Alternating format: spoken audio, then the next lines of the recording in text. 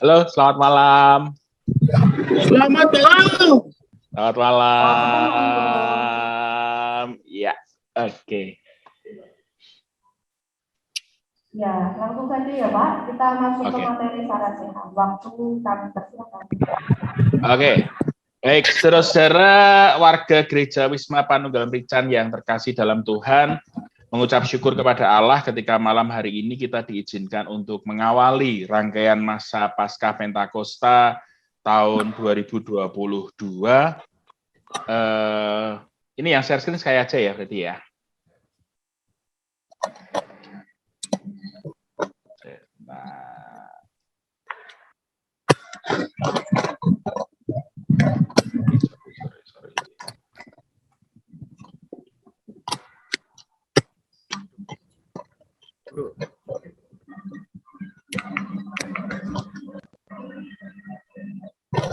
Oke. Layar saya sudah kelihatan? Kelihatan. Oke, J. Suara Dewas Deki. Ya, saudara-saudara, ketika tadi sejenak menunggu bisa masuk di room ini, saya teringat kepada sebuah cerita film. Mengingat hari-hari ini di media sosial kita begitu melimpah dengan berita tentang rencana serangan Rusia ke Ukraina yang akhirnya terwujud di hari-hari ini. Nah, saudara-saudara, saya mencoba untuk melihat beberapa film tentang peperangan, begitu melihat beberapa film tentang peperangan. Ada Midway, kemudian ada Pearl Harbor, ada juga film-film misalnya yang tadi saya lihat, saya lupa judulnya apa ya. Dijatuh apa saya begitu. Nah, itu menceritakan tentang begitu mengerikannya sebuah peperangan. Peperangan selalu identik dengan pembunuhan, selalu identik dengan kematian, selalu identik dengan suasana yang tidak menyenangkan, dengan korban, darah, desingan peluru, dan sebagainya. Nah, tapi saudara-saudara, sore ini tadi saya tiba-tiba menemukan sebuah film di tumpuan koleksi saya tentang sebuah film yang menceritakan gambaran perang dari sisi yang berbeda. Sebuah sisi yang mengupas peperangan dari sudut pandang seseorang yang berbeda. Tetapi itu akan saya ceritakan nanti menjadi sebuah penutup bagi refleksi kita. Nah, saudara-saudara, tema yang diberikan di rangkaian masa Paskah Pentakosta ini adalah kemenangan untuk kehidupan. Dan rangkaian masa Paskah Pentakosta itu adalah sebuah momen atau sebuah rangkaian acara yang sangat panjang. Tahun ini akan dimulai di tanggal 2 Maret tahun 2022 dan nanti akan berakhir kalau sampai Pentakosta berarti ya sampai sekitar bulan Mei. Sampai bulan Mei atau sekitar bulan Juni. Maaf, saya tidak terlalu ingat. Nah, saudara, masa Paskah Pentakosta itu selalu diawali dari apa yang namanya Rabu Abu. Rabu Abu itu sebenarnya bukan tradisi yang baru, tetapi itu tradisi yang dihidupi di gereja-gereja sekarang. Nah, setelah Rabu Abu, kita akan masuk di minggu-minggu Prapaskah. Ada minggu Prapaskah 1, Prapaskah 2, Prapaskah 3, Prapaskah 4, sudah mulai berganti ungunya lebih tua. Kemudian Prapaskah 5, kita masuk di Prapaskah 6 atau yang sering kita kenal sebagai Minggu Palma.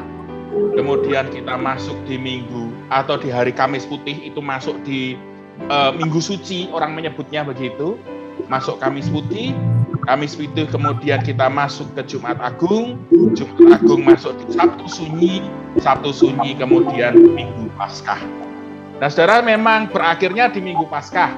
Walaupun kalau di Kabluk kemudian ada gojekan, ada satu lagi di ujung, itu namanya adalah Semen Kesel gitu. Karena bagi panitia biasanya mulai dari Kamis Putih sampai Minggu Paskah itu sangat-sangat melelahkan.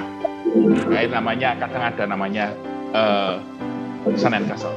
Nah, saudara-saudara, dari rangkaian ini memang sengaja saya hentikan sampai Minggu Paskah gitu ya, karena nanti masa Pentakosta itu berbeda lagi. Nanti ada bahan dasarnya lagi, nanti ada bukunya lagi.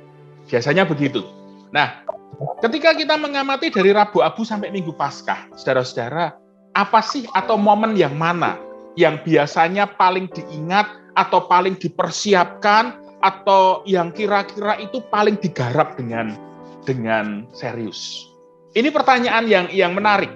Jadi dari rangkaian mulai dari Rabu Abu ada 11 hari, ada 11 perayaan yang kita kerjakan. Kira-kira yang paling serius, yang paling sering digarap dengan serius, itu yang mana?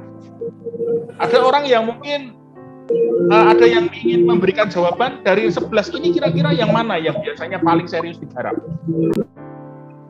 Panitia biasanya mencurahkan pikirannya untuk garap yang mana biasanya panitia?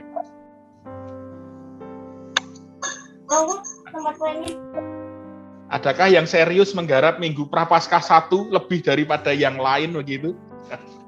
Adakah yang serius menggarap Prapaskah 5? Nah, saudara-saudara, mungkin bagi kita ada yang serius garap Rabu Abu. Ya, serius sekali garap Rabu Abu, mempersiapkan abunya, kan itu harus bakar palem, Mas. Itu harus membagikan pada warga. Oke, ada yang serius garap Kamis Putih, karena di situ ada masa basuh kaki. Nah, tapi saudara-saudara, banyak gereja mencatat bahwa peristiwa kematian Yesus atau Jumat Agung itu adalah hal yang paling sering dimemori dan ditampilkan di dalam masa Paskah. Penampilan atau pertunjukan atau gambaran tentang kematian Yesus disalib beserta dengan seluruh ubur rampenya, mulai dari penyiksaan, dibawa ke salib, kemudian disalib, kemudian sampai dengan matinya masuk ke kubur, itu seringkali menjadi sesuatu yang begitu serius digarap oleh gereja-gereja, ditampilkan dengan begitu vulgar, ditampilkan dengan begitu dengan begitu tenanan begitu, dengan begitu serius, sehingga tidak sedikit kemudian yang mengatakan bahwa jalan salib atau pertunjukan tentang salib itu adalah puncak dari Paskah itu sendiri. Di beberapa tradisi gereja ada yang menempatkan hari Jumat ini sebagai sebuah perayaan, sebagai sebuah riyoyo. Dan juga tidak sedikit film yang mengangkat tentang Jumat Agung ini, tentang kematian Yesus ini. Yang paling legend atau yang paling sering kita putar adalah tentu The Passion of the Christ. Sekalipun mungkin sekarang di banyak gereja atau di banyak denominasi, ini sudah mulai dilarang karena begitu vulgar mempertontonkan kekerasan. Begitu juga saudara-saudara, ada banyak gereja yang kemudian menggarap drama dengan penyalipan dan kekejaman. Ketika kita menggarap Jumat Agung, wah ada figur Yesus yang berdarah-darah, ada kayu salib yang dibawa, pasti ada prajurit yang dibuat sangar untuk kemudian menyiksa Yesus, entah itu mecuti, entah itu gebuki, entah itu memukul, dan sebagainya. Di beberapa gereja yang beberapa tahun sebelum pandemi itu yang saya lihat memorinya, ada yang bahkan sampai membuat pertunjukan itu betul-betul ada orang yang dipenteng, disalib, dicantol ditaruh, tidak dipaku, tidak disalib, ya disalib begitulah, benar-benar di atas bukit begitu. Nah, itu menampilkan drama penyalipan, menampilkan kekejaman dengan vulgar, dengan sangat kelihatan. Begitu juga ketika kita membangun narasi di Jumat Agung, narasinya kekelaman, kegelapan. Narasi tentang pertobatan dibuat sedemikian rupa sehingga membuat orang merasakan ngerinya kematian, penyiksaan yang dialami oleh Yesus. Dan saudara-saudara, tidak juga sedikit gereja yang kemudian menempatkan momen sakramen perjamuan itu di hari Jumat itu. Sehingga ketika semua orang menghayati kematian Yesus, kemudian di situ ditambah ritual makan roti dan minum anggur dengan mengingat tubuh dan darah Kristus yang dikorbankan bagi manusia. Nah, saudara-saudara, sengaja saya menampilkan judulnya itu adalah memori tentang kematian. Memori tentang kematian Yesus, memori tentang salib itu. Maka dari semua yang disampaikan ini kemudian ada pertanyaan. Ada apa toh sebenarnya dengan salib? Nah, saudara-saudara, pertanyaan ini menarik karena ketika kemudian itu disampaikan kepada kita di masa sekarang, begitu, mungkin sebagian dari kita akan menganggap bahwa salib itu adalah lambang kasih Kristus. Oh ya, itu betul. Ada yang mengatakan bahwa salib itu adalah identitasnya orang Kristen. Oh ya, itu betul. salib itu adalah gambaran tentang bagaimana Tuhan bersedia berkorban bagi manusia. Iya, itu betul. Nah, saudara-saudara, tidak sedikit konsep-konsep salib yang kemudian kita hidupi di masa sekarang, itu tanpa sadar mendegradasi apa yang terjadi di kejadian penyaliban Yesus yang sebenarnya. Salib di masa sekarang sudah dianggap sebagai aksesoris. Di kamar saya ada salib. Bahkan ini saya lagi ada di kamar sedang isoman di studio juga. Itu ada salib yang dibentuk seperti salibnya GKJ Kabluk begitu. Di banyak gereja ada salib yang dipasang. Bahkan tidak sedikit dari kita yang memakai aksesoris kalung salib atau anting-anting salib, atau bahkan ada orang yang memakai tato salib dengan bangga. Nah, saudara-saudara, pertanyaannya adalah, ada apa dengan salib? Apa yang salah atau Mas dengan salib begitu? Nah, saya tidak matur bahwa memakai salib atau menghayati salib itu salah, tidak. Tetapi apakah kita juga memiliki pemahaman yang tepat, yang benar, yang utuh tentang salib itu sendiri? Nah, saudara-saudara, kita harus ingat bahwa salib yang dibebankan kepada Yesus, salib yang diberikan kepada Yesus, pada saat itu diberikan kepada dia, itu dipandang sebagai sebuah kejahatan yang luar biasa. Saudara-saudara, kita ingat kejadiannya pada waktu itu bahwa Yesus mati itu bukan karena dia melakukan sebuah kesalahan, tidak. Tetapi karena dia dipersalahkan. Karena dia dianggap mengganggu stabilitas, dia dianggap mengganggu kemapanan, kerohanian, teologi pada saat itu. Dia dianggap mengganggu kedudukan orang-orang yang pada saat itu sudah mapan. Sehingga kalau kita mau melihat bahwa kematian Yesus, penyaliban Yesus, itu tidak berdasarkan sebuah fakta empiris bahwa dia bersalah. Enggak. Gitu. Tetapi itu justru sebuah kejahatan yang luar biasa. Kenapa saya matur itu kejahatan luar biasa? Karena pada saat itu ada banyak pihak yang berkonspirasi untuk menghadirkan kematian Yesus.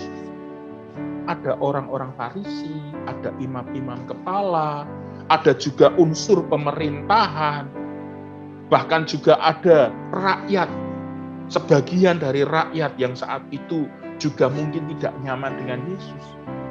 Mereka berkonspirasi ingin mewujudkan Yesus harus mati. Dan menariknya adalah, yang harus diwaspadai juga adalah pengaruh ini menular. Orang-orang Yerusalem yang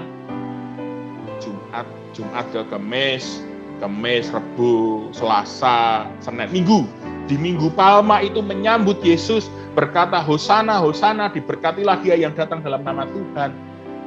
Kemudian berbalik dan berteriak-teriak, salibkan dia, salibkan dia. Nah, saudara-saudara, bayangkan. Seorang yang tidak bersalah menjadi dipersalahkan karena ada pihak-pihak yang berkonspirasi, pihak-pihak yang merasa tidak nyaman dengan Yesus, sehingga kemudian menghasilkan kematian bagi Yesus, menghasilkan salib bagi Yesus. Nah, maka bisa dikatakan bahwa kematian Yesus ini dianggap sebagai sesuatu yang benar pada saat itu. Kematian Yesus ini dianggap sebagai sesuatu yang sahih, yang sudah sesuai dengan hukum saat itu, dan bahkan dirayakan sebagai sebuah kemenangan. Kemenangan oleh pihak-pihak yang merasa terganggu oleh keberadaan Yesus. Sehingga kemudian salib yang ditanggung oleh Yesus itu sebenarnya adalah sebuah perwujudan kematian yang ngeri, kematian yang luar biasa jahatnya, kematian yang bertolak belakang dengan rencana Allah menghadirkan kehidupan. Saya belum berbicara tentang bahwa itu masuk dalam planning Allah bahwa Yesus harus mati dan kemudian bangkit kembali. Tidak. Tetapi kita harus melihat dari kacamata ini bahwa salib itu sebuah pembunuhan. Salib adalah sebuah kekerasan, salib adalah sebuah kejahatan yang luar biasa. Karena itu tidak dilandaskan kepada kejahatan yang dilakukan Yesus.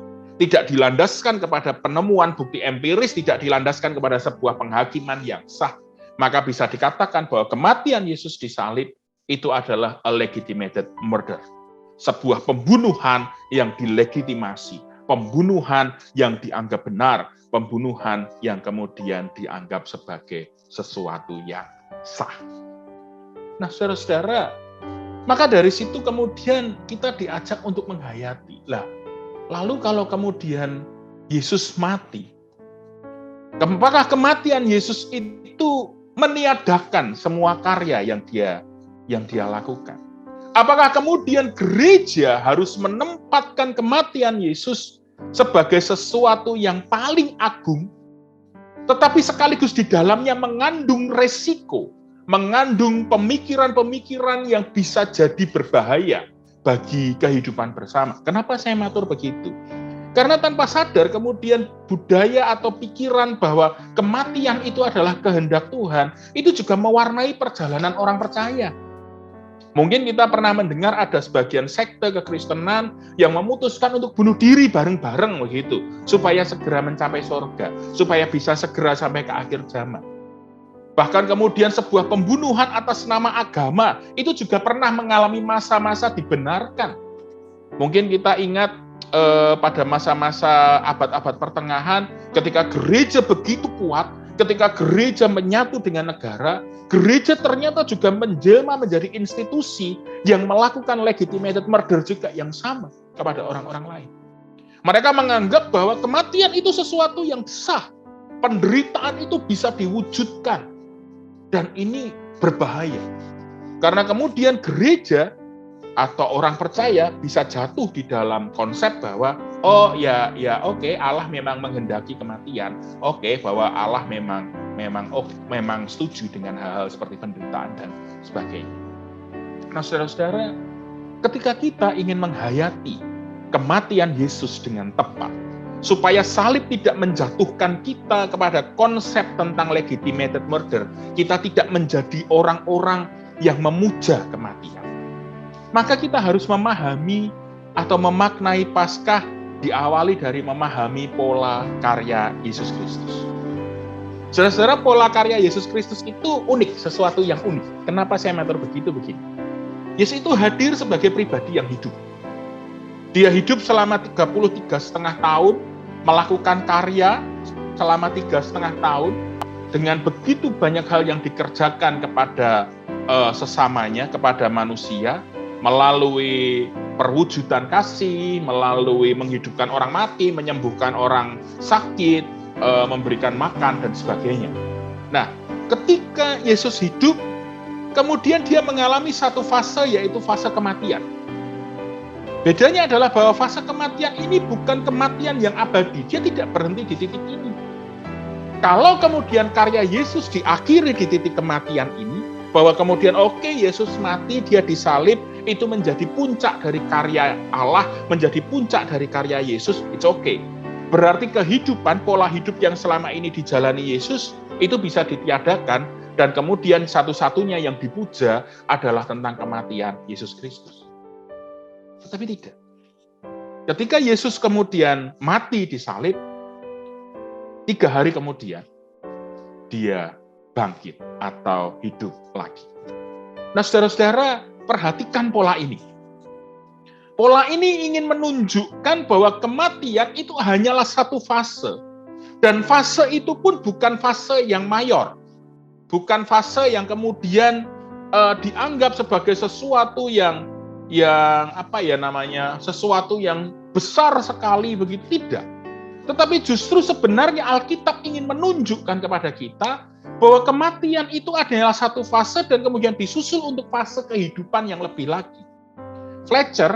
Vernon Fletcher mengatakan bahwa kebangkitan Yesus membenarkan cara hidupnya.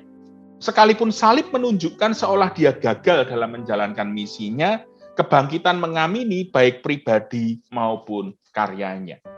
Nah, saudara-saudara, yang menarik adalah bahwa kebangkitan Yesus itu kemudian ingin menunjukkan bahwa kematiannya disalib atau kuasa kematian itu dikalahkan oleh kehidupan.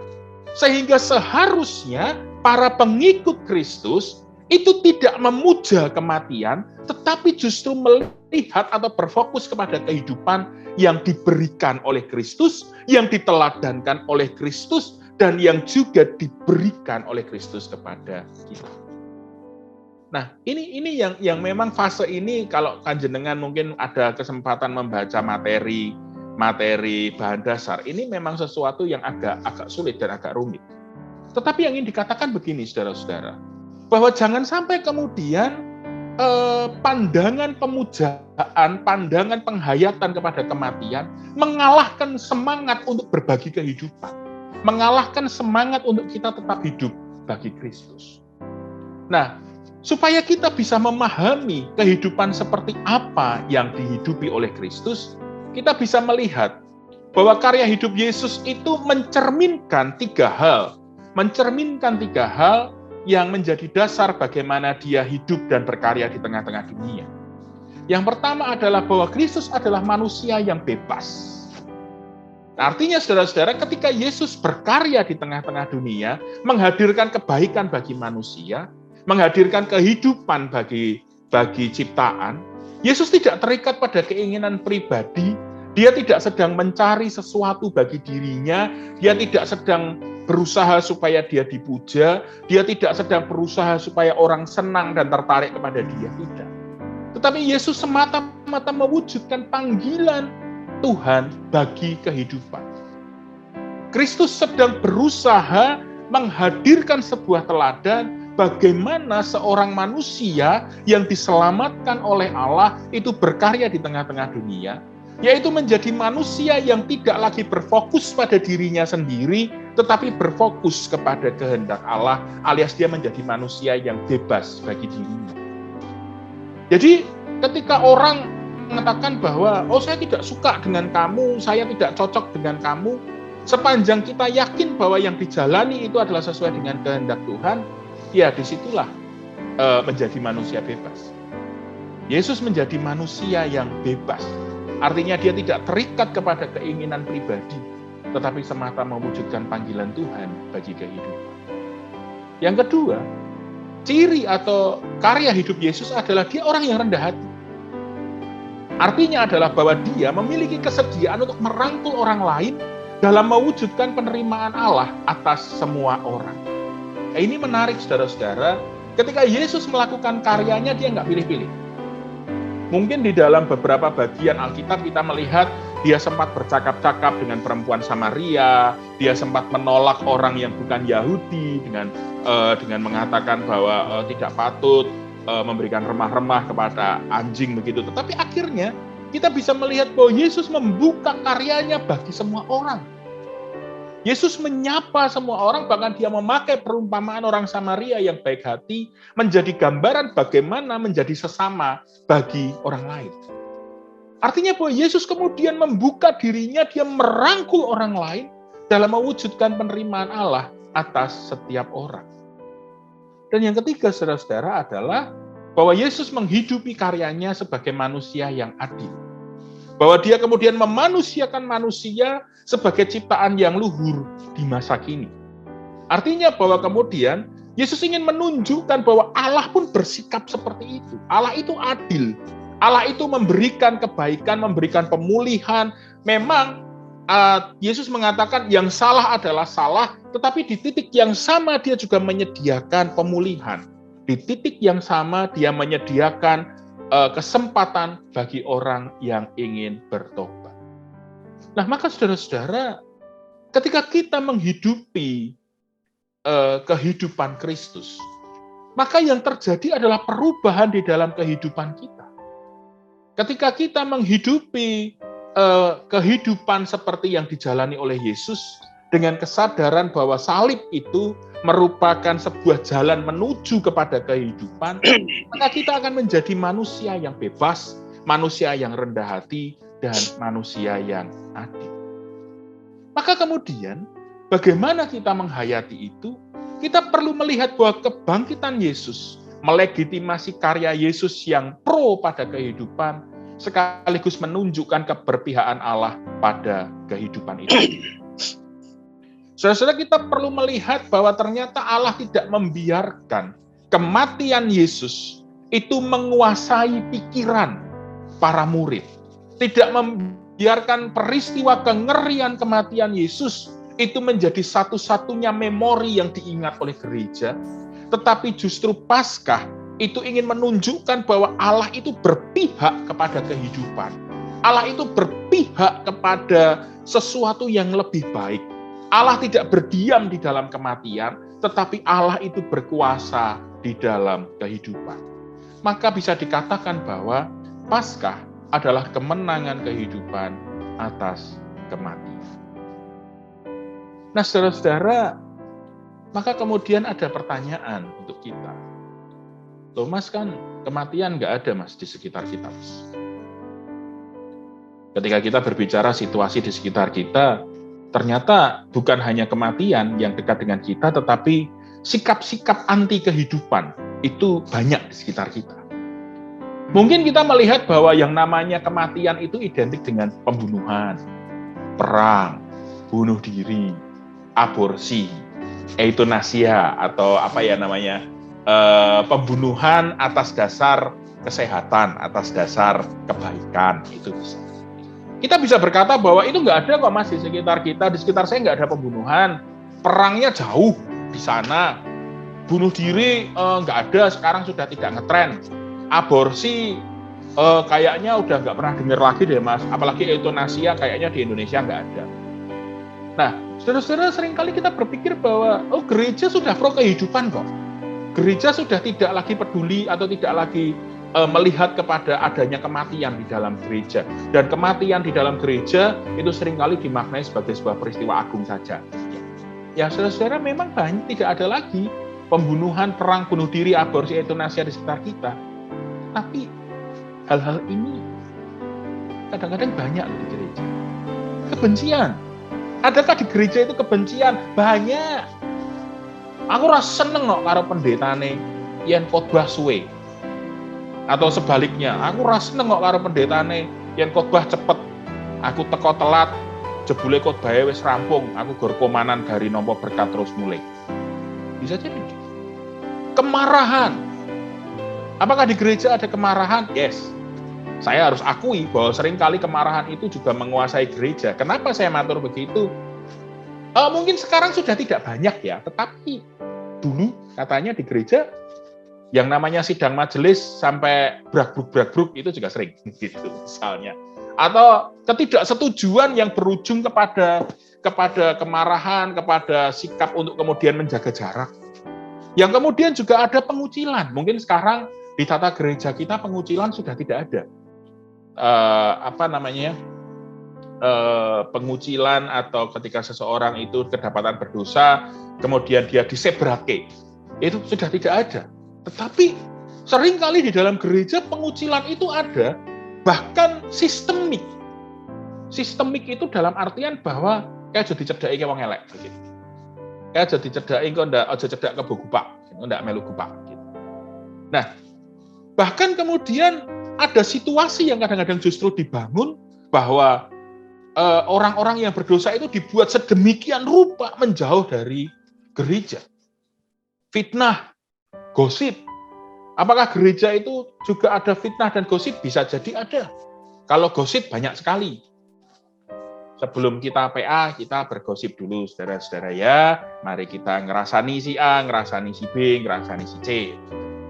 Nah, mungkin kita berpikir bahwa, loh itu kan kadarnya beda, Mas. Tapi sebenarnya saudara-saudara ini sama saja. Ini anti pada kehidupan. Karena kemudian membuat orang tidak lagi merasakan kehidupan yang utuh. Tidak lagi merasakan kehidupan yang dipanggil oleh Tuhan. Tidak lagi merasakan kehidupan yang benar-benar diberkati oleh Allah. Bahkan di ruangan atau di komunitas yang dimana seharusnya dia diterima atau menjadi komunitas yang menerima dengan seutuhnya. Nah, saudara-saudara, lalu bagaimana supaya gereja itu bisa menjadi gereja yang pro pada kehidupan? Maka kita harus belajar dari Alkitab. Dan seperti yang dituliskan menjadi ayat dasar kita mengatakan Lukas 24 ayat 5, sengaja saya potong yang menjadi bagian perkataan Yesus. Mengapa kamu mencari dia yang hidup di antara orang mati?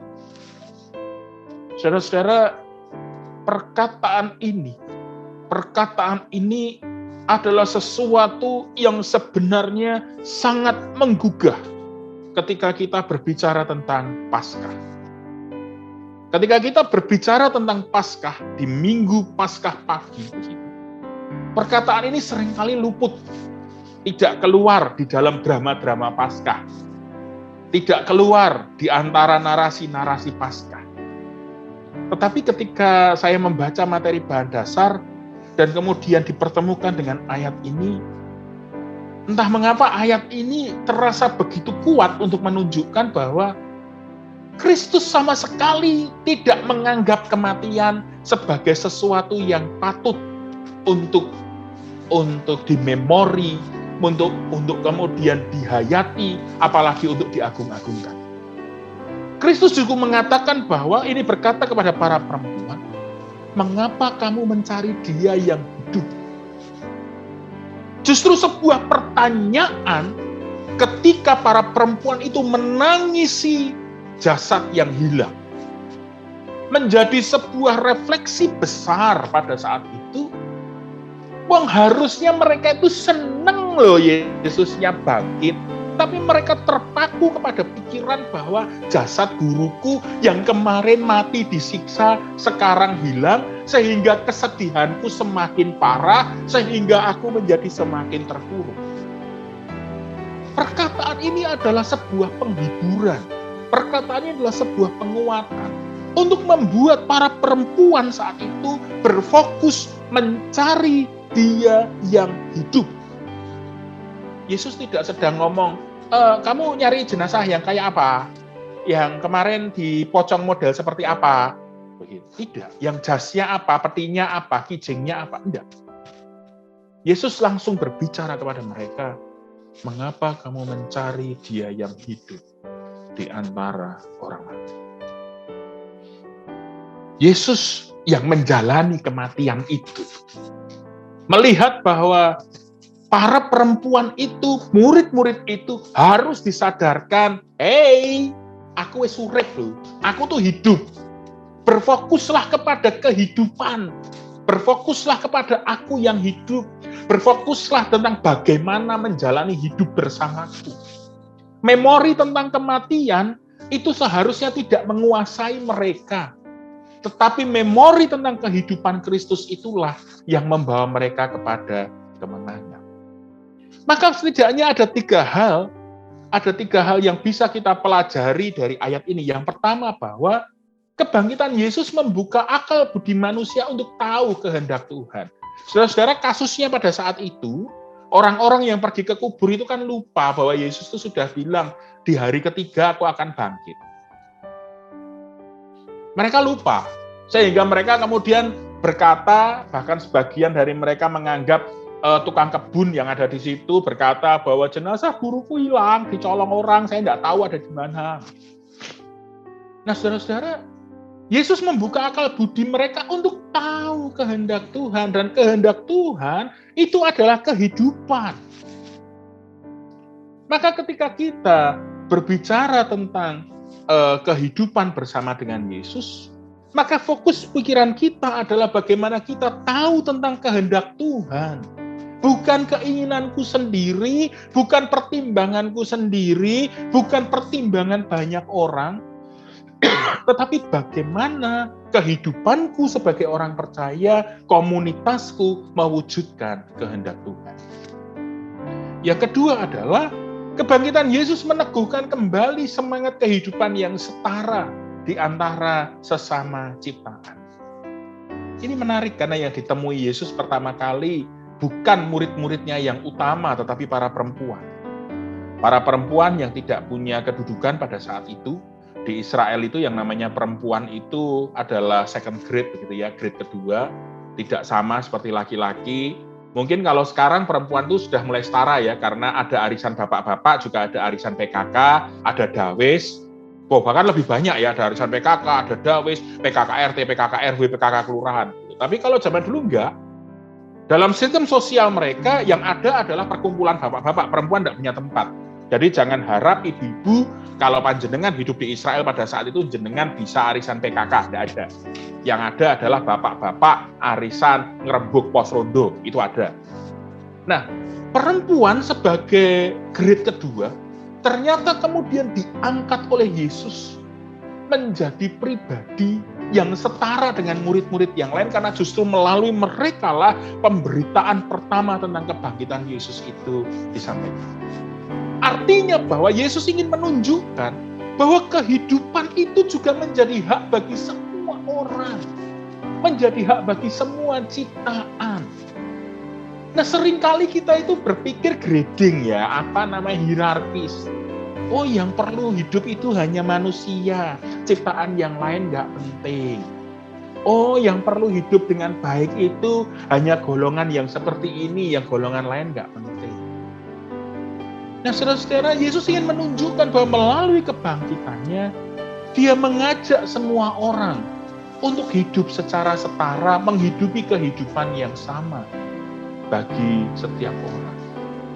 Dan kita bisa belajar dari yang ketiga, kebangkitan Yesus membuka memori akan karya hidup yang sebelumnya dijalani Yesus, yaitu hidup yang bebas, yang rendah hati, dan yang adil.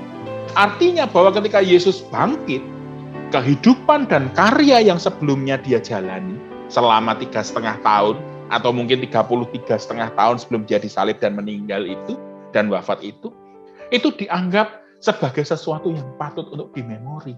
Bagaimana dia menjadi pribadi yang bebas, menjadi pribadi yang tidak mencari kepentingannya sendiri, menjadi pribadi yang rendah hati, yang merangkul semua orang, dan menjadi pribadi yang adil, yang menghadirkan pemerintahan Allah di tengah-tengah dunia. Nah, maka kemudian saudara-saudara, ada sesuatu yang perlu untuk kita renungkan. Jur gereja kudu piye, Mas?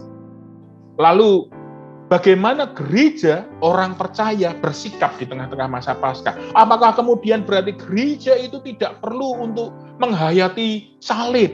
Apakah gereja itu berarti harus menghilangkan Jumat Agung, Mas? Enggak, saya tidak bilang begitu.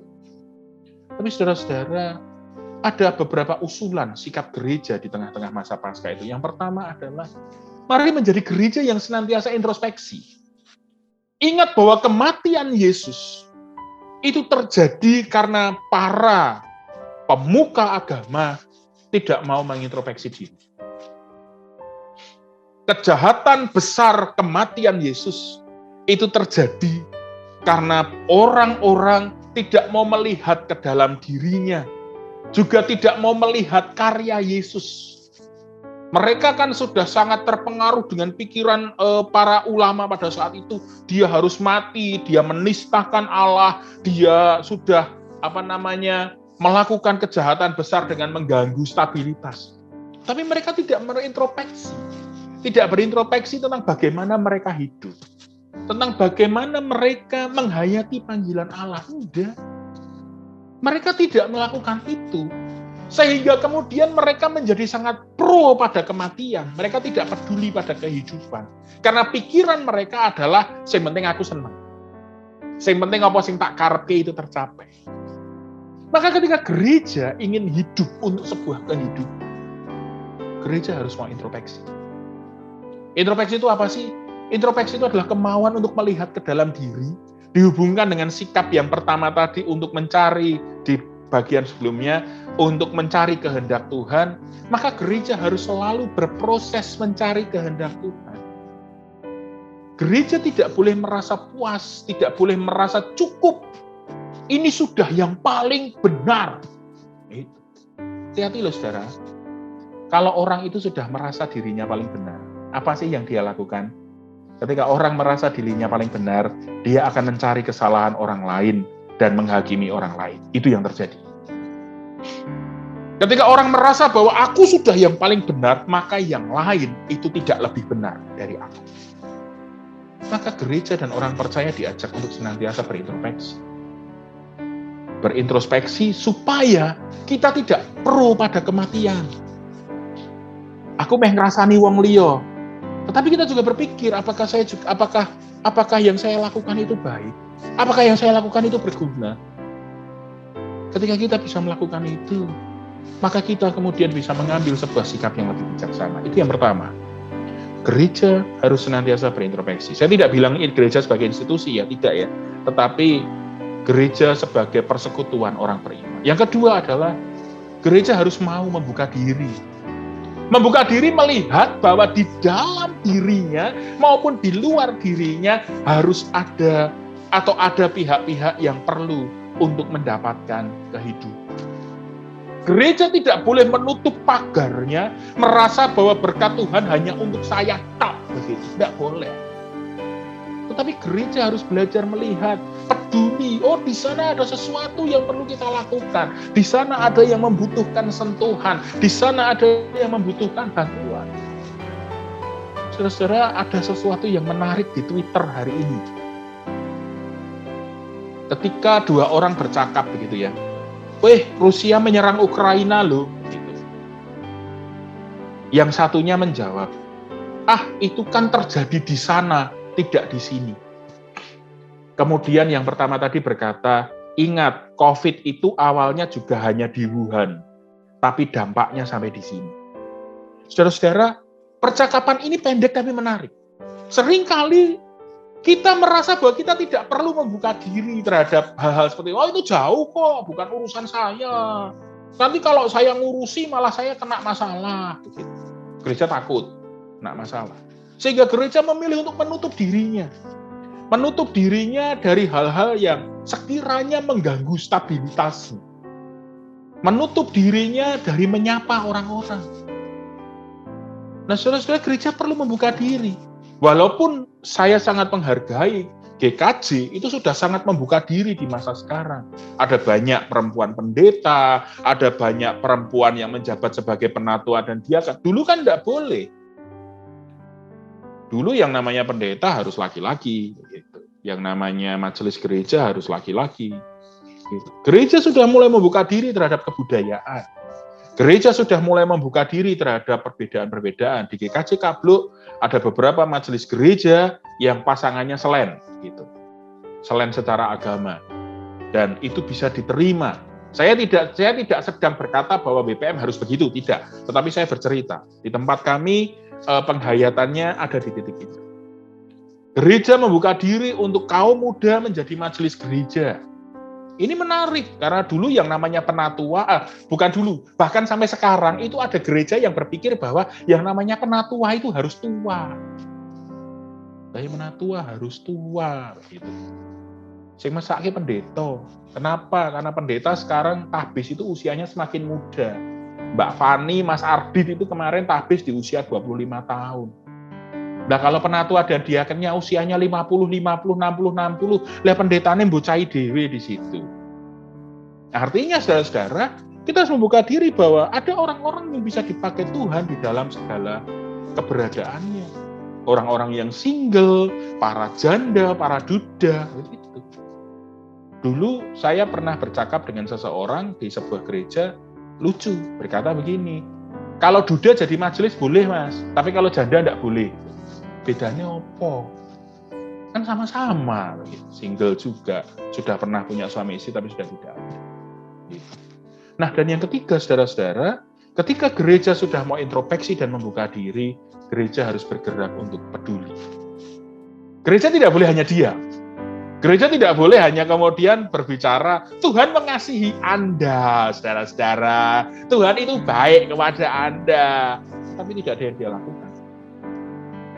Artinya bahwa gereja harus mulai mewujudkan karya kasih secara nyata yang menghidupkan orang. Gereja tidak bisa hanya berkata bahwa Allah mengampuni Anda, tetapi gereja harus berkata atau melakukan, mari datanglah bersamaku, kita menikmati kebaikan Allah bersama-sama.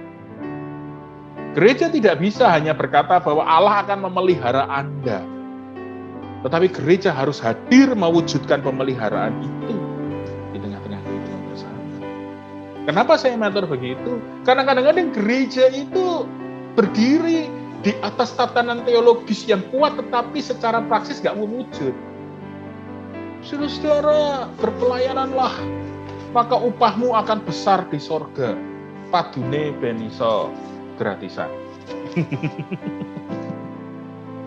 bagi warga gerejanya.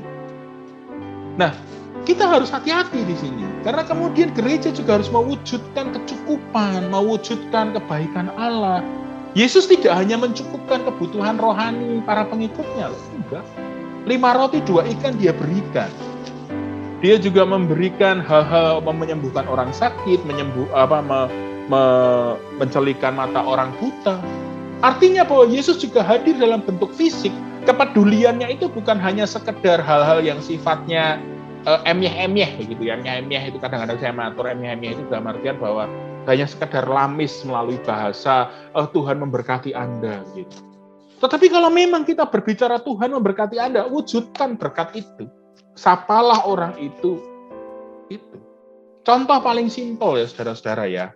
Ketika kita tahu ada saudara kita yang berulang tahun atau sakit di WhatsApp grup gitu ya. Sudah tahu orangnya nggak ada di grup itu, dikabari Bapak A sakit di grup itu, padahal Bapak A nggak ada. Semua orang nulis di grup itu. Dan Bapak A kan tidak merasakan apa-apa. Orang dia nggak bisa baca, dia tidak ada di grup itu. Nah, tetapi ketika kita belajar peduli, yuk kita telepon Bapak itu.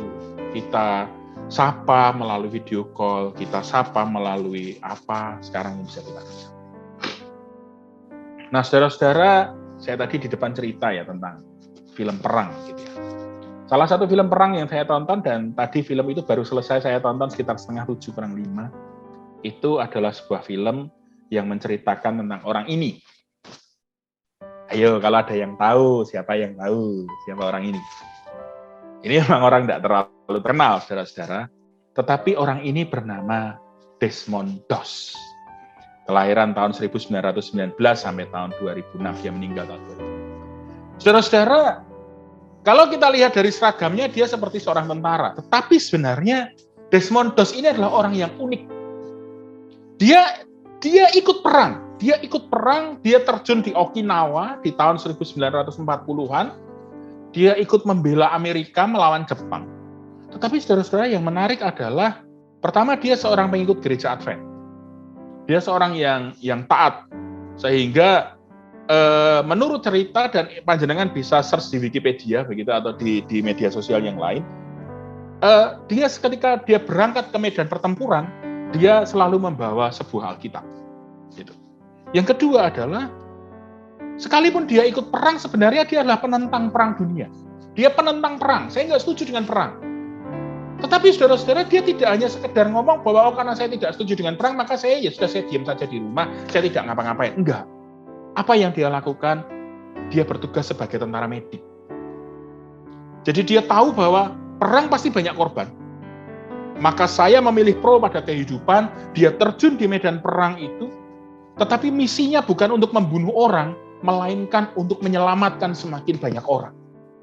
Dan yang menarik adalah menurut cerita, yang dia tolong itu bukan hanya pihak Amerika, tetapi juga pihak Jepang dia tolong, dia obati. Dan atas karyanya itu di suatu tempat yang bernama Hacksaw Ridge, itu di satu pertempuran di situ, dia menyelamatkan lebih dari 75 tentara. Seorang diri satu malam. Dia selamatkan, dia bawa kembali ke camp, bolak-balik. Bayangkan panjenengan gendong wong 75 dalam waktu satu malam. Yen piyayine mungkin cilik-cilik mboten napa-napa, yen wonge sak kula-kula jenengan gendong 75 sewengi, mboten kuru. Tapi dia melakukan itu. Dan ketika dia melakukan itu, setiap dia selesai, dia kembali lagi ke medan perang itu untuk kembali menyelamatkan orang. Dia hanya mengatakan atau dia hanya berdoa, Tuhan izinkan saya menyelamatkan satu orang lagi. Izinkan saya menyelamatkan satu orang lagi. Begitu. Nah, saudara-saudara, akhirnya dia adalah orang pertama yang mendapatkan Medal of Honor. Medal of Honor itu adalah penghargaan tertinggi dari angkatan bersenjata atau dari Amerika Serikat kepada orang-orang yang melakukan tugas lebih dari yang ditentukan. Dia bukan tentara. Biasanya yang mendapatkan Medal of Honor, bahkan sekarang kalau anak-anak seusia saya tahu yang namanya game Medal of Honor itu adalah Medal of Honor itu adalah sesuatu yang dinampakkan menjadi menjadi penghargaan bagi mereka yang menang perang. Tetapi enggak. Dia mendapatkan Medal of Honor karena dia menyelamatkan kehidupan. Nah, kalau panjenengan mau lihat filmnya ini judulnya, Hawksaway. Nah, saudara-saudara, menutup rangkaian ini, ya saya sudah sampai slide terakhir, maaf kalau waktunya terlalu panjang gitu. Film ini, saya ingin mengutip perkataan dari film tahun 2003, judulnya The Last Samurai. Di ending film itu, seorang kaisar bertanya kepada seorang tentara tentang bagaimana pemimpin samurai itu mati. Kaisar Meiji berkata, katakan kepadaku bagaimana ia mati. Tetapi Nathan Algren menjawab, akan kuceritakan padamu bagaimana ia hidup. Saudara-saudara, menghidupi kehidupan itu jauh lebih penting daripada mememori kematian. Menghadirkan kehidupan jauh lebih indah daripada menghadirkan kematian. Hati-hati, gereja bisa menghadirkan kematian. Gereja bisa pro pada kematian.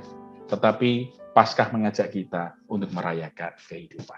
Terima kasih, selamat malam. Waktu saya kembalikan kepada moderator untuk bisa meneruskan atau memoderatori percakapan kita. Matur nuwun.